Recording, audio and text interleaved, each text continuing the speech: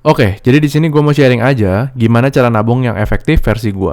Dan gue sendiri udah pernah praktikin dan lumayan cepet sih buat dapet tabungan tembus 3 digit dalam 2-3 tahun. Cara ini bisa dipakai buat mereka yang punya penghasilan ya. Penghasilannya yang mediocre lah. Nggak tinggi, nggak rendah, just enough. Kalau di Jakarta di kisaran 5-10 juta lah.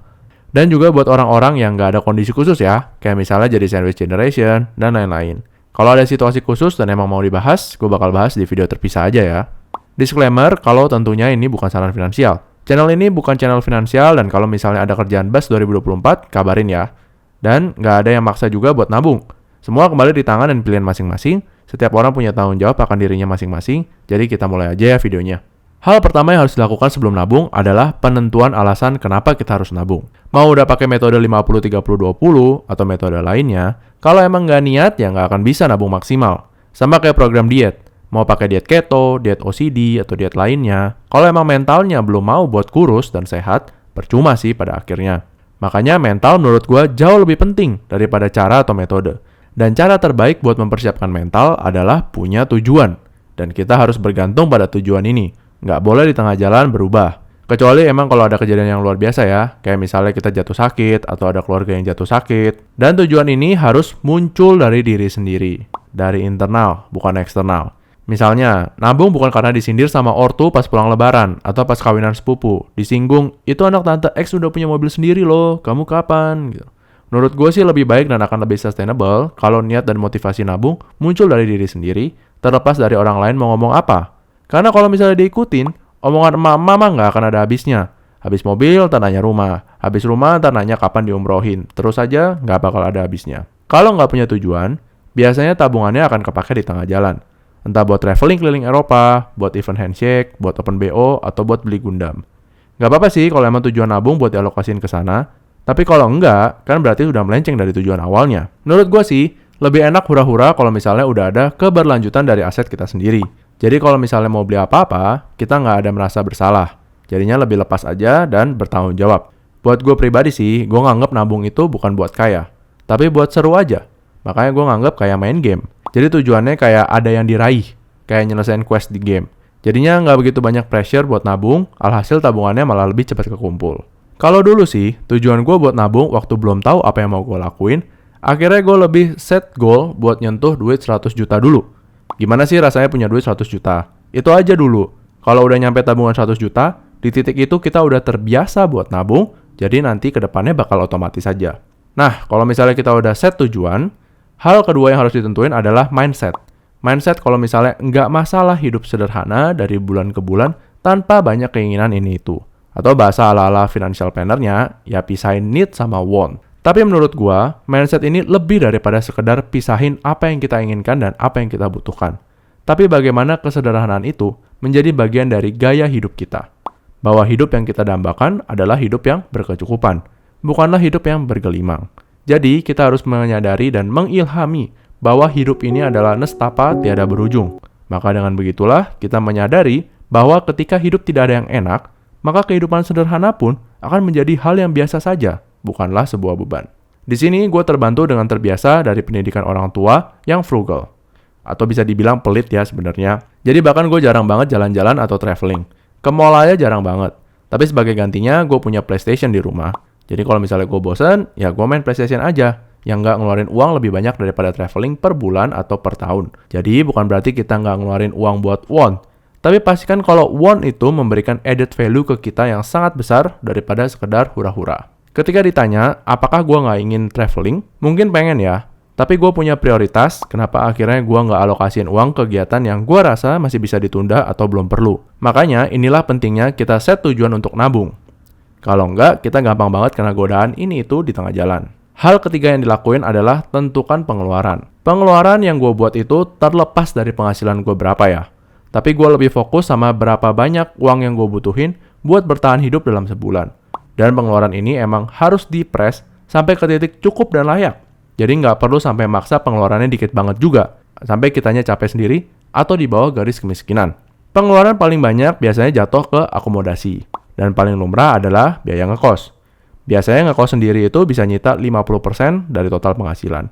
Dan ini tentunya akan mengganggu plan kita buat nabung. Padahal kalau kita kerja di perusahaan yang tight, ujung-ujungnya kos cuma kepake buat tidur sama mandi aja. Makanya kalau bisa diusahain, tinggal sama orang tua aja dulu. At least sampai 2 tahun, kecuali biaya transportasi dari rumah orang tua ke kantor lebih mahal ya daripada biaya ngekos. Atau misalnya kita jadi nggak produktif pas tinggal di rumah orang tua. Misalnya kalau misalnya di rumah orang tua tuh kita dikasih kerjaan rumah tangga juga. Jadi kita nggak bisa kerja secara maksimal dan lain-lain. Tapi intinya sih, opsi tinggal sama orang tua jangan di-neglect gitu aja hanya karena gengsi. Kalau nggak bisa numpang sama ortu, kita baru buka opsi ngekos. Ngekos itu fokus sama apa fungsi dari akomodasi ya. Yang penting sih bersih menurut gua. Baru abis itu harga ditentuin di range yang masuk akal. Nggak kemahalan, nggak kemurahan. Jangan lupa buat explore kemungkinan ngekos berdua sama teman. Karena kita bisa dapat kosan yang lumayan bagus, tapi dengan harga yang lumayan kepotong banyak. Saran gue sih, kalau misalnya ngekos berdua sama teman, cari teman yang bukan sahabat baik, tapi bukan juga orang yang nggak kita kenal. Jadi yang di tengah-tengah, kalau bisa cari yang acquaintance. Jadi misalnya teman kuliah, tapi pas kuliah kita nggak deket-deket banget. Ini tujuannya biar kita nggak jadi berantem sama teman kosan kita sendiri. Selain itu, khusus buat gue sih, gue selalu suka kosan yang deket sama kantor. Kalau bisa, gue jalan kaki aja ke kantor. Jadi gue nggak buang-buang uang lagi buat transportasi doang. Kalau dari pengalaman gue pernah ngekos awal-awal pas kerja itu di 2,3 juta di daerah Karet Setiabudi. Dan gue masih harus naik motor ke kantor dan bayar parkir tentunya. Sedangkan ketika kantor gue pindah ke arah TB Simatupang, kosan gue di 1,2 juta aja. Dan gue jalan kaki ke kantor. Jadi gue dapat banyak selisih penghasilan yang bisa gue simpen. Di saat gaji gue juga konstan naik. Cuman buat cap maksimum harga kosan di Jakarta ya, gua patok di 1,5 juta maksimal. Kalau bisa dapat di bawah itu bakal lebih bagus lagi buat nabung. Kalau misalnya di atas, menurut gua udah cukup kemahalan, kecuali ada alasan khusus. Misalnya, karena kita banyak WFH, jadi harus standby di kosan terus, makanya kosannya harus rada bagus. Pengeluaran selanjutnya yang makan banyak bagian dari penghasilan bulanan, ya makanan dan jajan. Yang penting dimakan itu bukan harganya dulu, tapi berapa kali makan. Kalau bisa, makan itu 2 kali aja dalam sehari. Makan siang, terus makan malam. Atau makan pagi, terus makan sore, kita nggak perlu lagi makan malam. Bebas, enaknya kalian aja mau gimana. Dan tiap kali makan ini, lauknya harus cukup ya. Cukup gizinya dan nggak kebanyakan juga jumlahnya. Kalau kita masih makan 3 kali sehari atau jajan dalam sehari, ujung-ujungnya bakal bocor juga pengeluaran buat makanan. Buat makanan, gue lebih nyaranin buat ambil catering kantor murah. Bisa di kisaran harga 15-20 ribu per makan ya buat makan siang. Nanti malam makan di warteg atau pesan makanan yang simpel aja. Jadi, budget makan per hari itu di 40 ribu aja maksimal. Cuman gue paham sih, kalau misalnya makan sederhana terus dalam seminggu itu pasti bosan. Jadi bolehlah dilebihin jadi 400 ribu per minggu. Jadi gue patok di 1,6 juta per bulan. Ini maksimal ya. Dan udah sama jajan-jajan kalau misalnya kita bosan. Catering itu sangat rawan bosan. Jadi kalau misalnya bosan, gue nyaranin sih cateringnya diselang aja. Jadi di Senin, Rabu, Jumat aja. Selasa Kamis bisa jajan atau makan yang lain biar kita nggak bosan. Walaupun gue masak, gue nggak nyaranin buat masak kalau misalnya kita masih single. Kecuali lu emang anaknya rajin banget mau bangun pagi buat masak-masak yang gampang-gampang. Kayak misalnya nugget, sosis, sayur-sayur hijau gampang kayak pokcoy, kangkung, brokoli. Kalau misalnya enggak sih, nggak perlu sampai masak juga. Masalah di masak itu yang utama sih waktu ya. Cukup banyak nyita waktu, bukan buat masaknya doang, tapi buat preparation, cuci piring, dan segala macamnya. Jadi kalau buat masak sendiri aja rasanya sih lumayan males. Selain itu, kita juga harus tinggal di kosan yang enak, yang punya dapur. Kalau masak di kamar rada males sih, dan bahaya juga kalau misalnya kita pakai kompor portable. Terus lama juga ya kalau misalnya cuma pakai satu kompor. Terus, harus juga punya peralatan masak dan bahan-bahan masak. Yang ini males juga kalau misalnya ada di dapur kosan, karena bakal banyak banget yang asal pakai peralatan kita, terus nggak dibersihin lah, atau malah dirusakin pada akhirnya. Jadi, gue bakal nyaranin masak buat menghemat kalau emang udah berkeluarga. Minimal berdua sama suami atau istri, atau sama pasangan kumpul kebo yang tinggal bareng setiap hari. Satu lagi tips tambahan, kalau bisa sering-sering ngisi air dari kantor. Walaupun sedikit-sedikit, cuman berasa juga sih main hemat air di kosan. Nah, selain pengeluaran buat akomodasi sama makan, masuknya ke pengeluaran lain-lain buat gue. Kayak misalnya komunikasi atau internet. Itu gue patok di 100-200 ribu per bulan. Gue dulu sih pakai yang 200 ribu per bulan, soalnya daripada gue jalan-jalan, gue mending internetan aja di kosan. Kalau bisa sih cari kosan yang ada wifi-nya ya, dan wifi-nya jalan. Kebanyakan kosan sih wifi-nya busuk. Atau banyakin waktu di kantor aja, jadi kita bisa nebeng wifi. Jadi pulang, tinggal tidur aja. Dulu sih di kantor lama, gue dapet tunjangan komunikasi. Jadi pengeluaran ini gue skip. Pengeluaran lainnya itu transportasi. Di sini gue nyaranin buat jarang jalan-jalan sih kalau misalnya emang mau nabung banyak. Atau kalaupun harus jalan-jalan, usahain nebeng aja sama temen atau pakai transportasi publik. Kalau misalnya di Jakarta, itu bisa busway, kereta, atau misalnya yang lain. Kalau emang punya motor, boleh juga dipakai karena motor masih relatif murah ya bensinnya. Apalagi kalau misalnya kita punya bebek. Jadi buat transportasi sebulan, gue patok di maksimal 200.000 ya.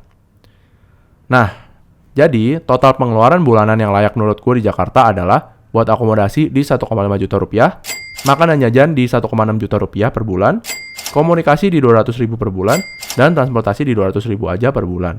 Jadi total pengeluaran bulanan itu di sekitar 3,5 juta rupiah. Dan ini kalau bisa stabil. Lebih-lebih dikit nggak apa-apa, yang penting rata-rata masih di sekitar 3,5 juta per bulan. Gue yakin bisa lebih dikit sih daripada ini. Cuman di hitungan ini, gue kesampingkan pengeluaran tahunan ya. Misalnya beli baju, beli celana, atau misalnya servis kendaraan kalau ada, atau servis HP. Menurut gue, uang buat pengeluaran ini sih bisa dialokasin dari tabungan yang udah kita punya. Yang penting sih, kalau misalnya ada masalah, misalnya celana robek, HP udah ngadat, atau bahkan gigi berlubang, jangan ditunda-tunda karena masalah kecil yang ditunda jadinya malah bengkak dan ngaruh ke dompet juga. Keempat, baru kita manage penghasilan kita. Yang pasti, usahakan punya pekerjaan tetap ya. Walaupun gue sekarang kerja sebagai freelancer, gue tetap merasa lebih enak dan nyaman kalau misalnya kita punya kerjaan full time. Meskipun nggak seberapa gajinya. Buat ngejaga penghasilan, kita pisahin dulu mana rekening yang buat nabung dan mana rekening yang buat pengeluaran bulanan. Kalau gue dulu sih baginya, rekening yang buat gajian adalah rekening pengeluaran bulanan. Jadi isinya udah semua jenis uang masuk ke situ. Nah, uang yang nggak kepake buat pengeluaran, kita masukin ke rekening buat nabung doang. Tips dari gue sih, rekening yang buat tabungan aja, itu jangan dikonekin ke mobile banking di HP. Karena takut aja kalau misalnya kita kalap. Jadi gue pakainya internet banking aja, yang harus pakai token. Jadi kalau kita mau ngeluarin duit dari tabungan, kita bakal mikir 2 kali sebelum ngelakuin itu. Atau kalau bisa dimasukin ke instrumen investasi yang kelok. Jadi nggak gampang buat kita cairin. Reksadana salah satunya. Soalnya butuh waktu 7 hari buat dicairin. Kalau deposito sih sekarang gampang ya dicairinnya kalau misalnya di bank digital. Kalau mau depositonya kelok, bisa di bank konvensional aja. Saking repotnya sampai males nyairin duitnya. Bahkan gue punya duit di bank 46 yang sampai sekarang depositonya belum gue cairin. Cuman jangan lupa, jangan taruh duitnya di satu instrumen investasi aja. Dan yang pasti dimulai dari instrumen investasi risiko terendah, berangsur naik ke yang lebih tinggi.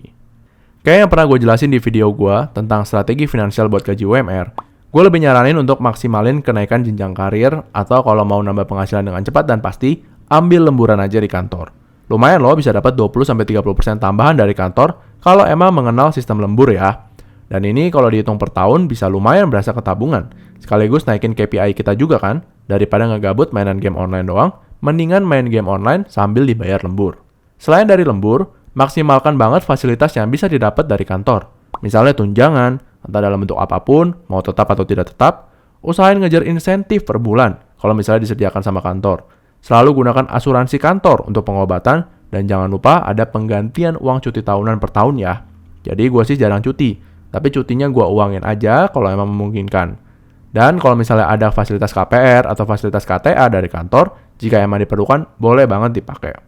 Kelima, mungkin pandangan gue bertolak belakang sama akun-akun finansial pada umumnya. Tapi menurut gue, emergency fund atau dana darurat itu nggak perlu-perlu banget buat dipisahin secara khusus. Karena dana tabungan gue itu, gue anggap interchangeable sama emergency fund. Terutama yang gue masukin di instrumen yang kapan aja bisa gue cairin kayak deposito. Jadi nggak ada dana spesifik yang gue alokasin khusus gitu, atau misalnya gue ngambil asuransi. Kalau ada apa-apa, terutama yang masih kerja di kantor, usahakan aja bergantung sama asuransi kantor dulu. Pokoknya kita maksimalin aja apa yang bisa kita manfaatkan. Itu sih poin-poin yang bisa gue share terkait cara nabung yang efektif. Yang penting sih hanging on aja di bulan-bulan awal atau bahkan setahun awal. Nanti kalau udah kekumpul lumayan banyak di rekening, baru deh makin semangat buat nabung. Anehnya gitu ya, orang yang tabungannya nggak banyak malah lebih gampang spend duit. Sedangkan semakin kita nabung, semakin pelit deh buat ngeluarin duit. Padahal duitnya sebenarnya ada. Jangan lupa like, subscribe, dan komen, dan kasih tahu apalagi yang mau dibahas ya.